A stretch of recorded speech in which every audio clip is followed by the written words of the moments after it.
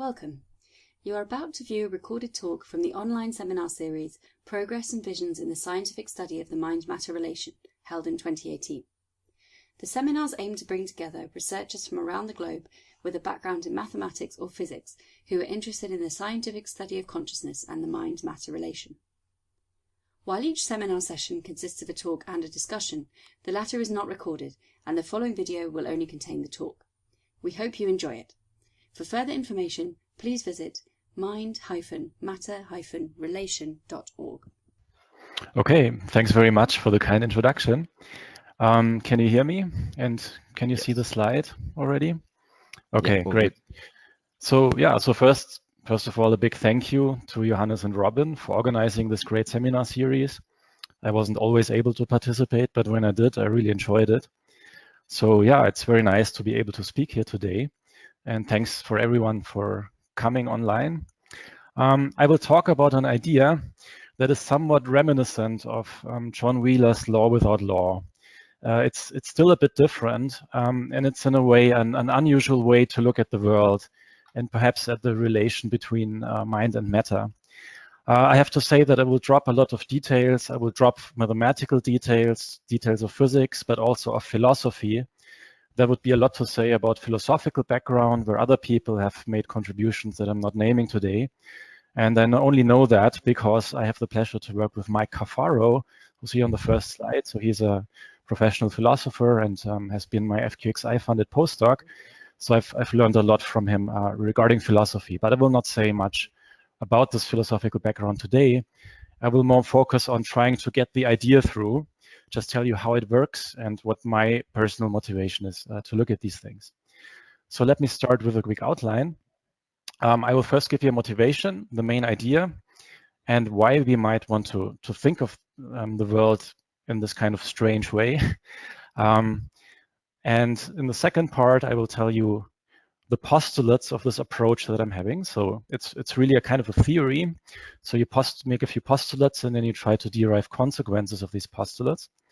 In the third part, I will show you that somehow the external world can be seen as emergent in this approach. And I will try also with a lot of pictures to show how that comes about and what the mathematical background is of that. Now, in this part, I will only talk about a single observer and why a single observer will find themselves inside a kind of a world. And in the last part, we'll talk about what if there are more than one observer. What if we have two or more, and how come that they agree on what they see? So what about objectivity, basically, in this approach? Okay, so this is a very, very naive slide, and a lot of my slides are a bit naive, maybe, but I've tried to optimize for getting the idea a bit in colorful pictures. So this is, in a very naive nutshell, the maybe usual view that we have of the world and of us inside the world. So on the right side, you see that this is how we think of the physical world. There is one world out there. Somehow the laws of physics act on the world, or they describe how that world evolves. And the world could be different, but it's not. It's of the kind that we see. So that's the thing that's actually real somehow. And we are really just a part of that world. So somehow the world comes first, and then we are some part of it. And when you look outside the window, and then maybe you see something like on the left-hand side of the slide, you have some experiences, you get some information, you see something, you're in some state as an observer, everything that you see and remember and so on. And what you think of that is, well, this is because there's this world around me, and the world causes in a way that I see this and that I am and see in front of me what I actually experience.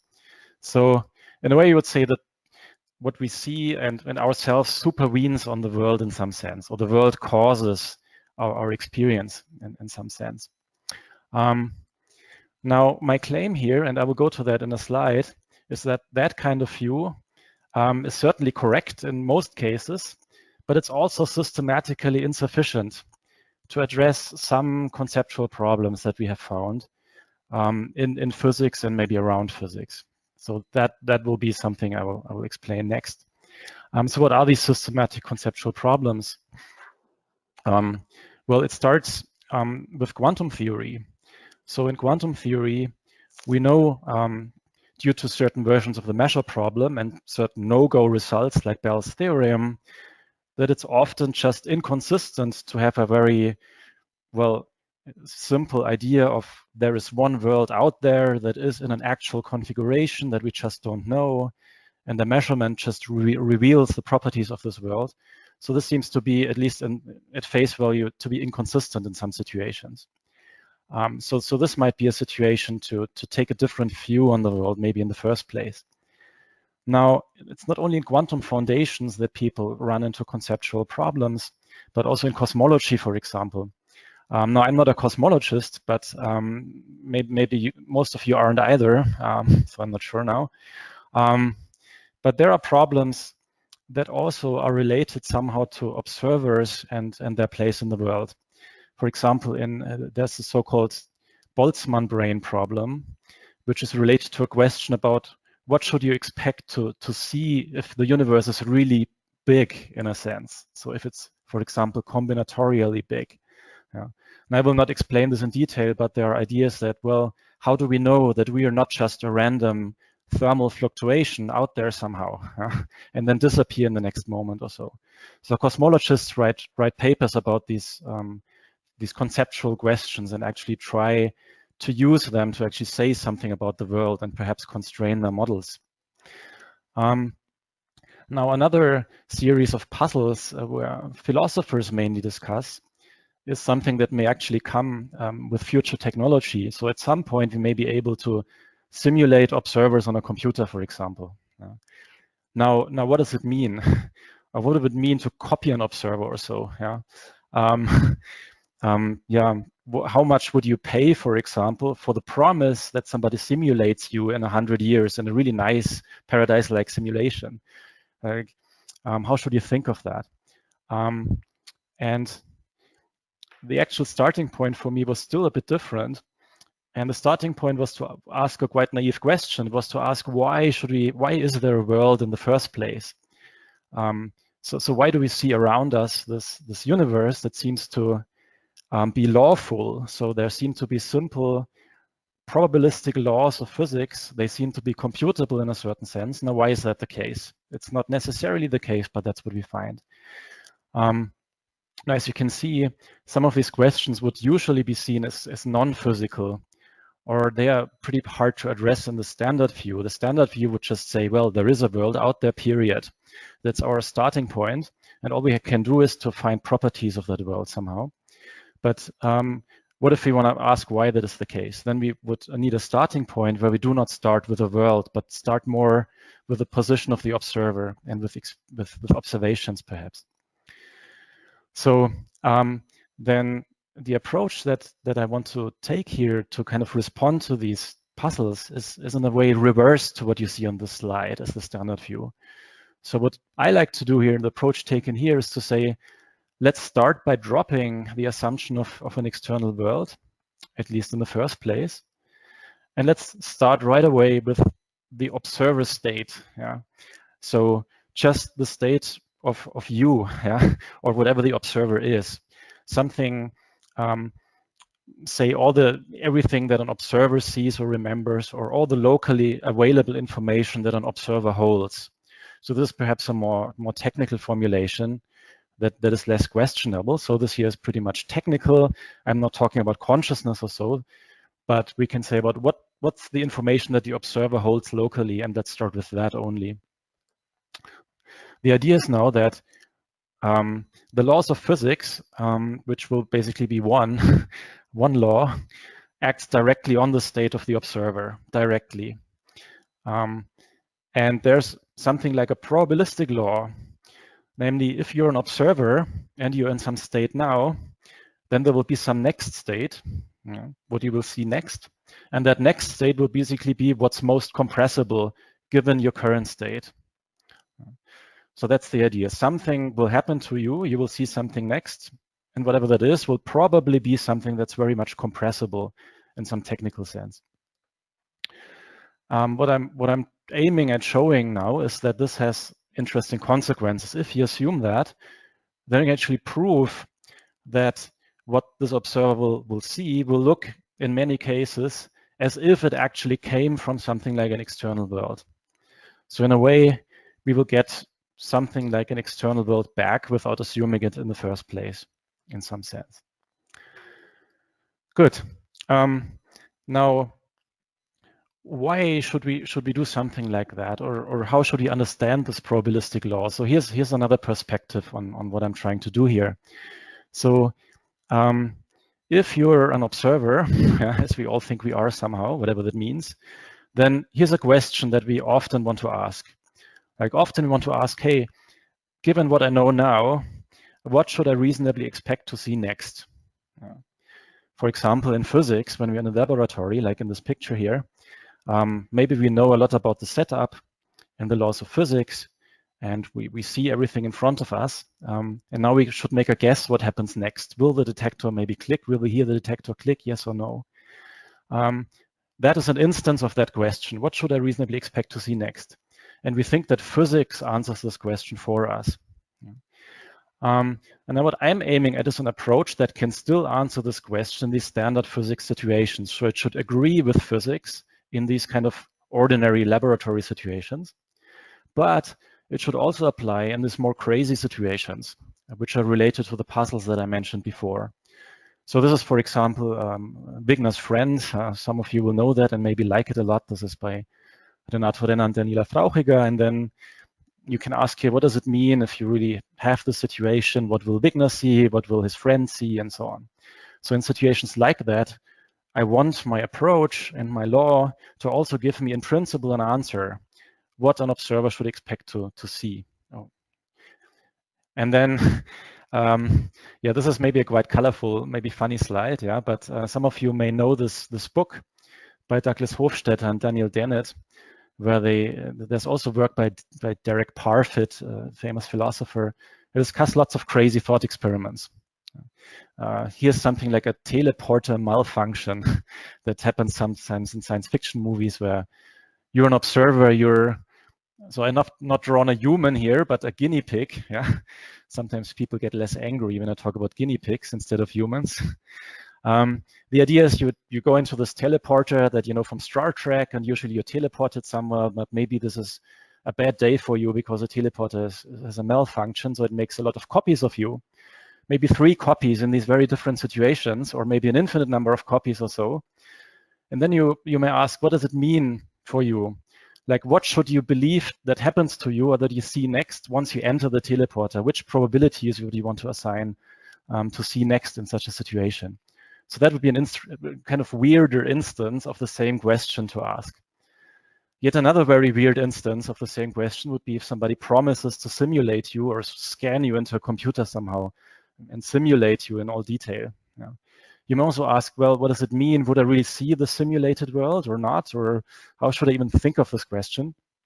And what I would want is basically a unified approach that in principle can answer all of these questions, even if it may be in practice may be hard, but it should at least say something about all these situations. Good. So what's the main approach then? If you want to do something like that, then you should not think of an observer as some actual physical object in some universe, but you should rather think of its information content in a sense. So it's what I called observer state earlier on. Some of the abstract information content that encodes everything that this observer remembers and holds as knowledge and maybe sees at that moment. You also wouldn't want to assume that there is a world, but you hope to derive that there is something like a world. Yeah? And then it's a probabilistic approach. So the idea is, yes, you're an observer, you're in some state now, there will be some state next, and some states will be more likely than others. Like if I have this pen here now, and then I decide to drop it, or to leave it like this, then there's a higher probability that I see it fall down than fall up. So just some things that might happen next seem to be more probable than others in some sense, maybe a sense of chances. That's also something I want to take in my approach as an assumption. But for what I'm saying now, there are also things that are irrelevant and that I also cannot say anything about. So we'll not talk about consciousness here or qualia, like what does it really feel like to see something or to hold some information or so. Why does red feel red or so? What is free will? So these questions just do not need and should not be addressed in what I'm doing in the following. So this is really a technical approach, more information theoretic approach. Also, it's not a full theory or a claim this is exactly how it is. It's more a try. It's like a blueprint or proof of principle that a certain different approach or new kind of approach is possible. That's how you should think of that, I guess.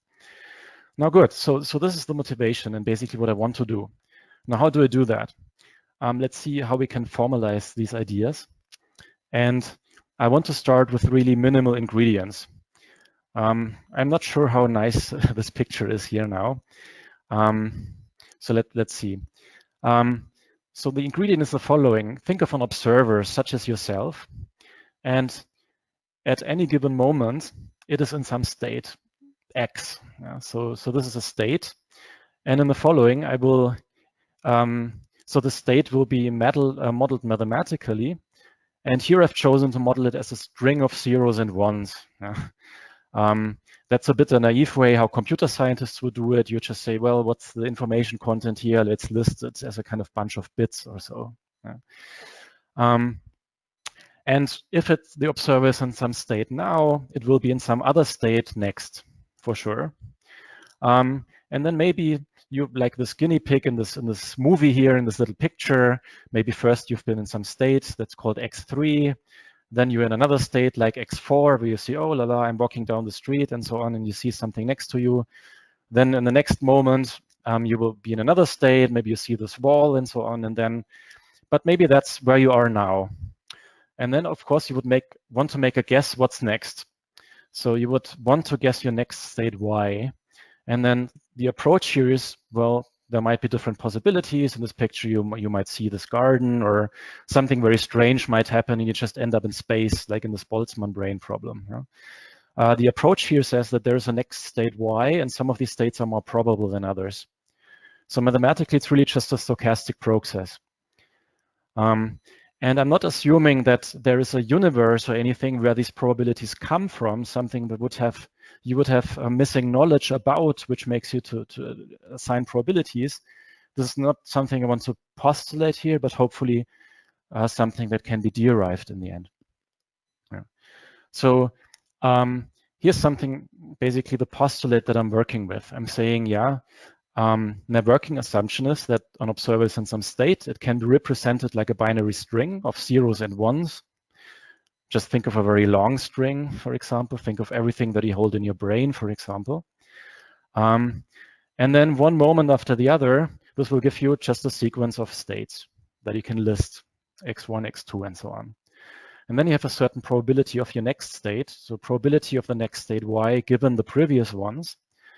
And now I have to make a postulate what this probability actually is. And my claim here, a postulate, is that this P is given by what's called algorithmic probability. So, and I will tell you what that is in a second. But let me first clarify a few things. So first, I'm not making any assumption that this probability distribution comes from some world that the observer has incomplete knowledge about, or some quantum state. So it's something that describes basically irreducible chances of what happens to the observer. And now you might say, well, isn't this totally naive? What's the sequence of zeros and ones? I'm more than just zeros and ones, yeah? And of course that's true. And I'm not that naive here.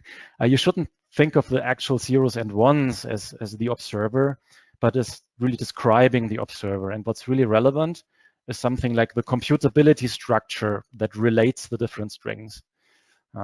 It's a bit like in general relativity. When you say, oh, I use coordinates, numbers to describe a space-time point, it doesn't mean that everything is numbers, but it's just a handy way to describe events. And then the relation between different events in the end is what really matters. And that's a bit how you could think of that here. Good. Now, what is algorithmic probability? Well, it's a probability measure on what I call histories. So history is a sequence of states that the observer is first in state x1, then x2, and so on. And every history gets a probability. And you could, for example, introduce a very, very boring measure mu, where you just say it's just the product measure everything that happens to the observer is completely independent from each other. And a string is just more likely if it's shorter. So it's something like 2 to the minus 2 times the length or so. That could be the probability of a string, and that will give me a probability measure. That would just be a valid measure of probabilities. It would satisfy these equations here. So if you sum over all histories, you get probability 1. If you sum over the last step, so over basically all the last possibilities, then you get the probability of the history up to that point. Yeah. So these are the mathematical probabilities that you have here in mind. But algorithmic probability is not that boring product measure. It's something more interesting. And here's one possible way how to define it and how computer scientists define algorithmic probability. So think of a Turing machine, a universal Turing machine. And it should be a monotone machine. So monotone means that it reads in some bits from an input tape on top here, and then it does calculations on its working memory, and then it outputs one string after the other on its output tapes. And monotone means that it cannot erase whatever it has printed. And now what you do is you say, well, let's just feed some random input into the machine. So on the input tape, you toss a coin and you write zeros and ones at random. And then you look at the distribution of outputs on the output tape. Yeah. And this distribution is something like a probability measure. It's actually not normalized because sometimes the computer crashes and doesn't output anything. So it's subnormalized, but you can normalize it and then you get a valid probability measure P. And in computer science, this has been studied a lot. And it's interesting, for example, because it satisfies a version of Occam's razor. So this probability P or its unnormalized version M, they satisfy an inequality that tells you if you have such a sequence of outputs, such a history, it will be more likely, it will have higher probability if it's simple. Yeah. If it's simple, then it has a short program to generate it. So its complexity K of X is small. And so this inequality tells you that then its probability that it's produced here is large. Yeah. So what this measure does, this probability measure, it somehow favors compressibility. It assigns higher probability to sequences of strings that are very compressible.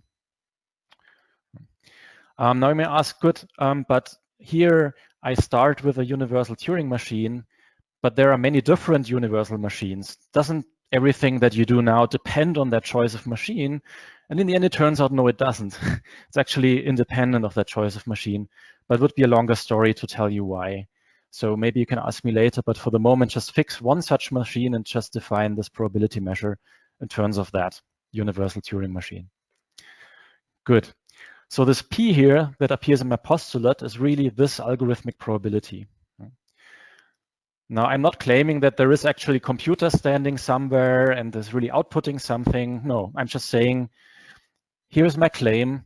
Yeah, there are observer states, and the probability of the next state is just given by conditional algorithmic probability given the previous ones. And the previous slide just showed you how that measure is defined mathematically. Good. So this is the conditional version of algorithmic probability in the usual way that you would expect. Yeah, so somehow when you read this, you would say, well, probability of y, so y would be the possible next state, and x1 up to xn would be the previous state. Xn is the current state, and the earlier ones are the ones that have been there before.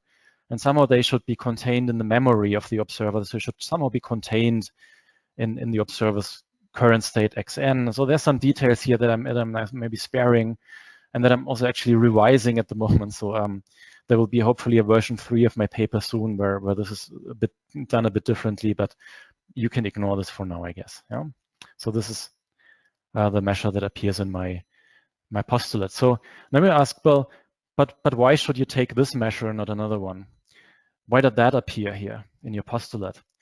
And you can come up with several different arguments that lead you to this choice. But let me give you one of these arguments. And this is something called Solomonov induction. So Solomonov induction was invented by this bearded guy here in the 60s, Ray J. Solomonov. And I find this extremely remarkable and sometimes find it very interesting that physicists don't often seem to know about this. So Solomonov asked the following question. It's a bit rephrased, yeah. So that's my way to explain it. So what you can do is the following. Think of some robot, like this one, kind of intelligent robot that is just thrown into an unknown environment, just dumped onto some planet or some world that he doesn't know. Doesn't know anything about the environment, but we do know, that's the background assumption, that this environment is probabilistic. So there are probabilities of events happening, and it's computable. So there is in principle an algorithm that allows you to compute probabilities of future events. And if that is the case, then you can ask, well, what should that robot do to find its way somehow? In more detail, you would say, here's what the robot previously recorded, just a long string of data, bits, for example. And suppose the robot wants to predict the next bit or the next recorded data, y. Then what should that robot do? So the task would be make a good guess of the next record y, actually make a good guess of its probability. It's a probabilistic environment, so there is a real correct probability of what the next experience or observation will be. So what should the robot do? Well, the solution to this task is just use algorithmic probability for prediction. Because what Solomonov has shown is this theorem here. Namely, it tells you that the algorithmic probability will, if you make more and more observations, you record more and more data, so the number n of recordings gets large, then in the limit, algorithmic probability will get very close to the actual probability that determines what's happening in that computable environment. So with probability 1, algorithmic probability will converge to the actual probability of what happens in that world. And it will actually happen quickly.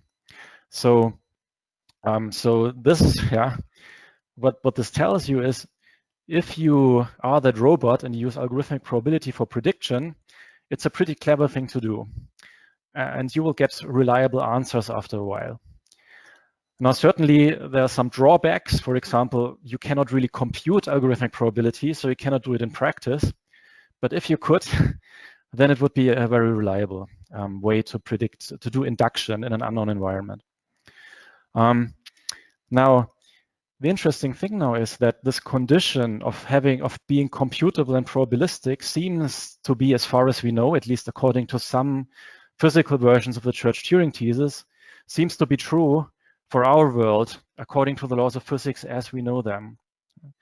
So if you dump a stupid robot into our world and it works according to this prescription, it would after a while find the correct laws of quantum mechanics and so on and predict what it sees next reliably if certain versions of the Church-Turing thesis are true, and if we disregard that you cannot do it in practice, but it's a thought experiment.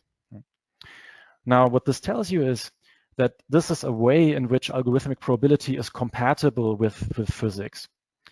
And if you remember, that was one of the conditions that I was demanding. Obviously, I want a law that is compatible with physics. And so what this tells you is that algorithmic probability is then a good candidate to postulate as a probabilistic law. Here's yet another intuitive way how you could think of algorithmic probability, and this is just very colorful, and you should really take it with a grain of salt. But the idea would be the following. What you do is you're an observer, and there's everything that you've seen and recorded and so on. Maybe if you're a robot, you encode this into a long binary string or a sequence of strings that tells you what you have seen one after the other. Then you give this data to a really big team of really clever scientists, probably mathematicians. They wouldn't wear lab coats, I guess, yeah. And these scientists have a long time to analyze the data and to come up with a good method of induction to predict what this other observer will probably see next. And then they make their probabilistic prediction. And then they come up with this P of y given x1 until xn. Now, certainly, this is just a very colorful picture. And the mathematical definition is via universal computers, but that's one way to think of that. algorithmic probability is in a way a formal way to give you a really clever inductive prediction of what to expect to see next. Good. So this is all I want to assume. I don't want to assume more. And I want to now explore what would it mean for an observer if that would be true, if that was true. And so the claim is now that in some sense, one can understand as a consequence of that postulate that an external world appears somehow. Yeah, so as a warm up, let me give you first a simpler prediction. This prediction I call the principle of persistent regularities. So you're now this observer, this guinea pig. You've been in one state and then another state and then another state that's somehow encoded into strings. And what you do is now you fix a computable test, something like a yes-no question.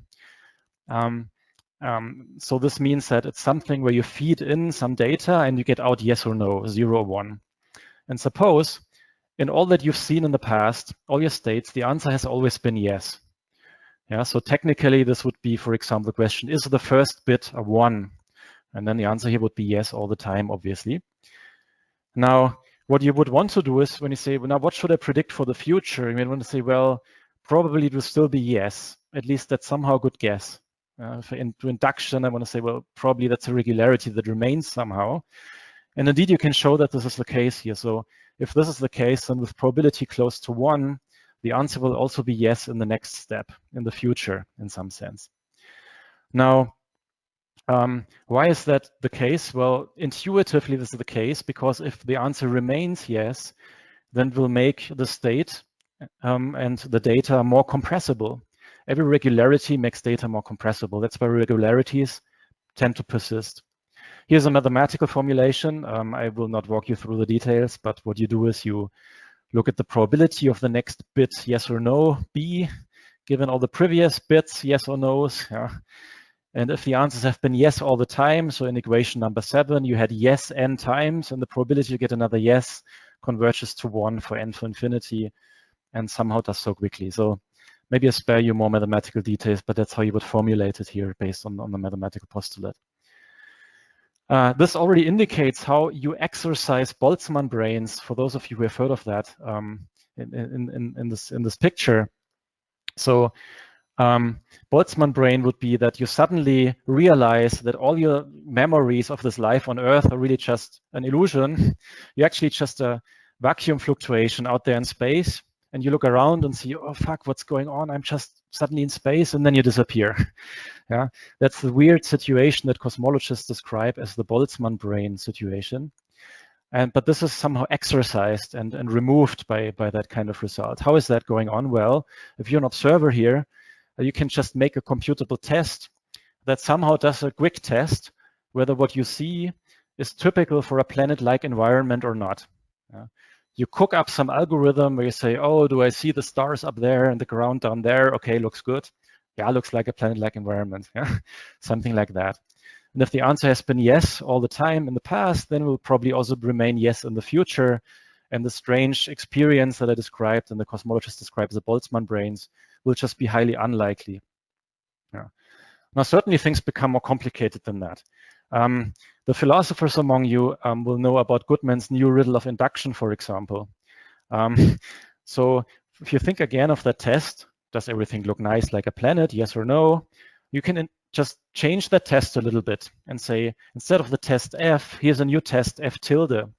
And if it's the year 2050 or earlier, I just ask the same question again, namely, does it look like a typical planet? But from 2051 on, I asked the negation of it.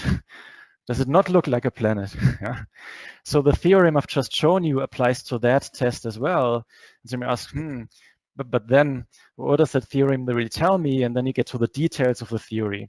So there is no really contradiction here, because the theory then what you can show is what matters in the end is the Kolmogorov complexity of the tests and the length of the computer programs that encode the tests. And F here is a simpler test in a way than the strange test F tilde, so it has a shorter program, and that's why its regularity is expected to stabilize earlier. So this is a bit how you deal with puzzles like Goodman's new riddle of induction in that approach. Yeah. good, you can do a bit more careful analysis. Let me maybe not say much to that. Now, certainly we don't just have yes/no question, but we have somehow a web of beliefs and of knowledge that fit together and that give us this picture of the external world that is consistent, that we're part of. The question is now, do we have the same if we make the assumption like in this approach here? And then the answer is yes as well, and that will be the next slide. So here's in a way an abstract way of predicting that if the postulate applies to you, you should expect to see a simple computable probabilistic external world. So how's that? Now, I have to walk you to some extent through one theorem. Yeah? So what this tells you is the following. You're an observer, you haven't made any observations so far. Yeah? And you want to make a good guess what happens in the long run. What if you made n observations and n becomes very large? Now, what this theorem tells you is that this probability, P, yeah, that really determines what you see, according to my postulate, in the long run will converge to something else, some other probability, mu. Now, what is this mu? Mu is much nicer. It has much nicer properties, namely it's computable. Yeah? Algorithmic probability isn't, but this mu is now computable. And so what is this? Well, we don't really know, but it is probably a distribution that belongs to a simple computable probabilistic process. So when you look at the theorem, you say, let's suppose you have any computable probabilistic process, anything you think about, a simple computation that has a short description length L on a universal computer. And maybe this process just generates one output after the other. Yeah, so it generates output x1 prime, x2 prime, and so on. And it's probabilistic, it can toss coins and so on, so it have a probability distribution of outputs, and that's exactly mu. And then there's it possibly happens that you as an observer, what you see will be the same, will be distributed like mu, and the probability that this happens will be at least 2 to the minus L. Okay, now that's a bit hard to digest maybe, so let's see what that means. So in a way it tells you that after having many observations, things will look like a simple process. Maybe like a coin toss, maybe like a strange cellular automaton or some other computable process that you cook up. We cannot really say which one it is, but it will probably be a simple one because the simpler, the higher the probability. So here's kind of a picture. You're an observer, you say, oh, I'm in state x1, and then I'm in state x2, and then I'm in state x3. That's just my state locally, what I have access to. And after a while, it would look like as if it would come from an actual computation, some process that you see on the right. Something that's doing a computation, and that's generating some output, and the output is your state. And the distribution of what you see is very much distributed like in this probabilistic process.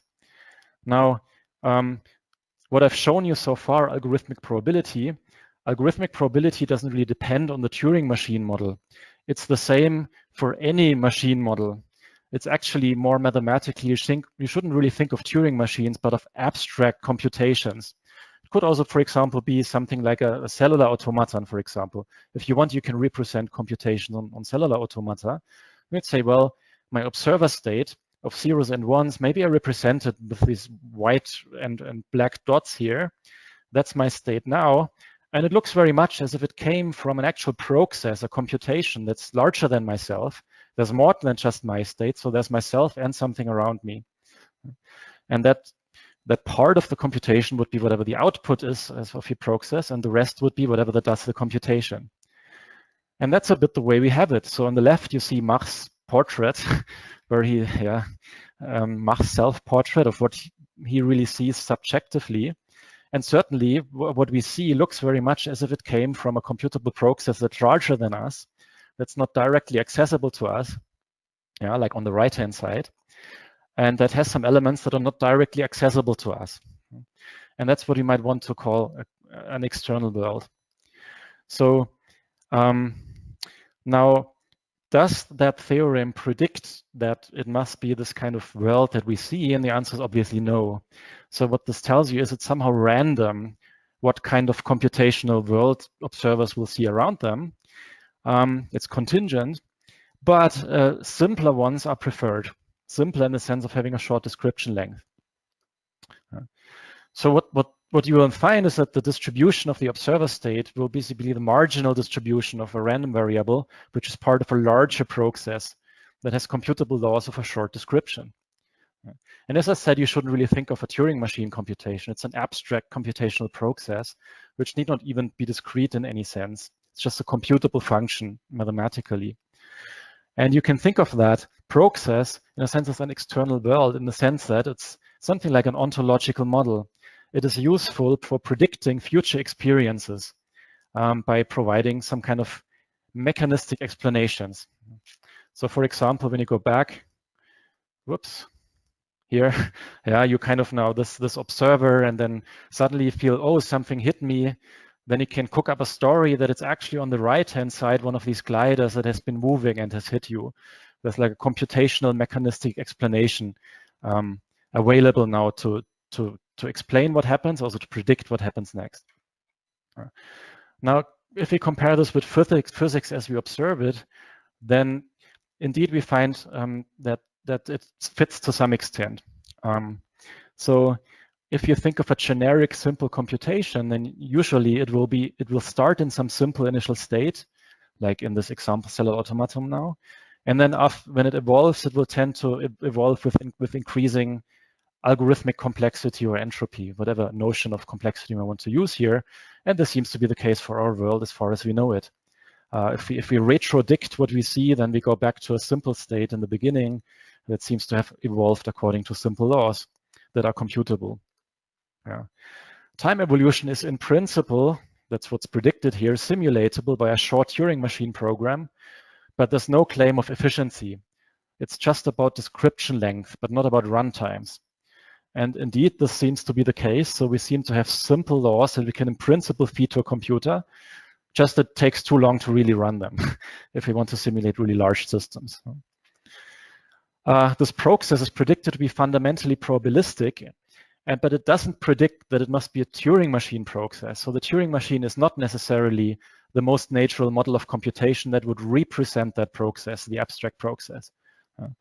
So what we have in our world, for example, is that the Turing machine model is a less natural model of computation for our world than would, for example, be something like a quantum computational model or so. As far as we know, we can simulate time evolution of a closed system perfectly on a standard Turing machine, but it's a bit pointless and wouldn't be very, very insightful to do so, though it's in principle possible. Good, so I think these are points where we have agreement, more or less, with things we see in physics.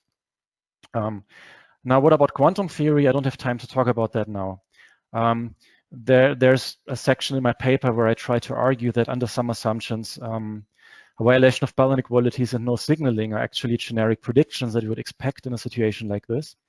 And this has to do with observers transitioning back to an earlier state and forgetting what they've seen, which leads to funny probabilistic effects. But this is not the focus of this talk here, and it's also not the most important thing, and maybe the most speculative part here. So let me skip this part. Yeah. So hopefully this gave you somehow an idea how you could think of something like an external world emerging in an approach like that. But so far, I've only talked about a single observer. Now what about more than one observer? What about something like, objectivity? How should we think of that in such an approach? And there things become really interesting. Now, again, here I'm doing it very colorful with Abby and Bambi, the guinea pigs. Yeah, I'm sparing you the mathematics, but certainly it's the theorems in the end that you should look at. But here's the idea. So what I've shown you so far applies to single observers. Suppose you have Abby, the guinea pig. She has made lots of observations, and then her probability of the next state or next observation will be pretty much given by some computable process or world around her. Yeah. Maybe this funny world where you have to jump around and collect points. And then there's another observer, B, Bambi. Same for her, but obviously she has made completely different observations that were completely unrelated to Abby. And so what she will find is in general a completely different computable process that is in good agreement with her future probabilities. Now, both have nothing to do with each other a priori, but suppose now something that you're A, and you, in your A world, you see something that really looks like another observer to you. Yeah. So maybe here, that's you and your world, A world, and there's this other thing on the right-hand side that looks pretty much like another observer. Why is that looking like an observer? It encodes a lot of information. So you can think of that information as an observer state. Yeah. Now, how should you think of that? So does what A in its world sees, yeah, does it really correspond to the first-person perspective of another observer B? Well, how would you even? What does it even mean to ask that question? So let me show you how you would formally ask this question here. What is A world? So A world here is a computable process. Yeah, some computation, some bigger thing, and A is just a part of it. So there's a function FA that locates Abby inside that world, that reads out her state. And now there's some other thing in that world. So you can just read out another part of that world, another random variable, FB. And yeah, that would encode what you see that other thing do. Or that would encode what is maybe encoded in the brain of Bambi or so, if you're Abby and you look at that thing in your world. Now, once you have that situation, you can look at two different probability distributions that are a priori not the same. You can look at P third, the third person probability. The third person probability would be to say, you are Abby, you're in your A world, you're looking at that other thing over there and asking, according to my world, what's the probability that this other thing changes in a certain way in time? For example, you see your neighbor, and according to your world, tomorrow the sun will rise with probability close to 1. So we'd say, according to my world, there's a probability close to 1 that my neighbor will see the sun rise tomorrow. Yeah, that's a third person probability. But then there's independently something like a first person probability. So according to the postulate that I've shown you, can just ask, what's algorithmic probability? If you are B, you are in that state, yeah, then what is your actual private chance of being in a next state? And that's what I call P first, the first person probability. It's really just algorithmic probability according to the postulate that I've shown you. Yeah. Now, a priori, you have the funny situation that P and P third and P first could be different. So what would that mean? Here's a colorful example. So maybe in A world, every day the sun is rising in the morning. And Abby says, well, there's 100% chance almost that the sun will rise tomorrow. And you can ask if Abby has a chance of about 100% of seeing Bambi see the sunrise tomorrow. Yeah. So you see that other thing, Bambi see the sunrise, then will actually Bambi, from her perspective, really have a chance of about 100% to see the sunrise tomorrow? So these are the two different third and first person probabilities. And a priori, they can be different, yeah, in this approach. But interestingly, according to the properties of algorithmic probability, you can prove the following theorem. You can prove that with P third probability 1, so with A world probability 1, after many, many, many observations, these two probabilities will become very close to each other. So the first person conditional probability and the third person conditional probability will converge to each other and be the same. So the answer to the strange question up there is yes. If Abby sees Bambi see the sunrise, then actually Bambi will see the sunrise. This is a prediction of the theory, but so what you need somehow is that K is large enough here, which means that somehow Bambi has made enough observations. So Bambi is somehow old enough or complex enough for that to be true. So here in this approach, you would have objective reality as a theorem and not as an assumption. Let's say in the long run, everything's fine. We have some objective reality emerging. But in the short run, for small values of K, it's not necessarily the case. So for finite K, there can be differences. And in these differences, I'm not sure if that's really a good choice of wording, but I call that probabilistic zombies. So what would that be? It's a bit in the Wigner's friend scenario. So that would be a case where you have a certain form of consistency violated. So A would have almost 100% of probability of seeing B see the sunrise, but B will not actually see the sunrise. So this is a very strange situation that I don't really know how to describe in words or intuitively. It would somehow mean that B falls out of the universe or something like that, and vice versa. So in this case, I would talk of B as being a probabilistic zombie for A. So that's a very strange phenomenon that you wouldn't have in the usual way we think about the world. And you can actually make a quantitative theorem here. You can prove here's a condition for zombiness. So this strange condition will hold if the Kolmogorov complexity of B's state, it's much less than the shortest description length of the third person probability of what happens next. Maybe forget this, yeah, but basically it tells you if B's state is complex enough, so K of X is very, very, very large, then this will not happen and everything will be fine. So in this sense, you have emergent objectivity, but sometimes it can be violated in some situations. Yeah, indeed, when is it violated? So it would be violated if this K of X is too small. That would mean that you're A and you are in your world pointing not to your neighbor, but something that's just too simple. Like you write a 0 or 1 on your blackboard and you're pointing to that and asking that thing, what is it experiencing? What is its first person probability? And then you would have disagreement. The inequality would also be true if the third person probability distribution would be too complex. That would mean that you point in your world to something in a too complicated way. And that would be the case in the Boltzmann brane problem. In this big universe, you have to go very far to pick out a quantum fluctuation, which needs a lot of data to actually locate it and make it a very long description. So this is how you basically say you get rid of the Boltzmann brane problem because Boltzmann branes are zombies. This is how things fit together in the end in that approach. Good. You also get some concrete criteria for when you simulate an agent on a computer. And you'd say, when does it really correspond to an actual first-person perspective of that agent?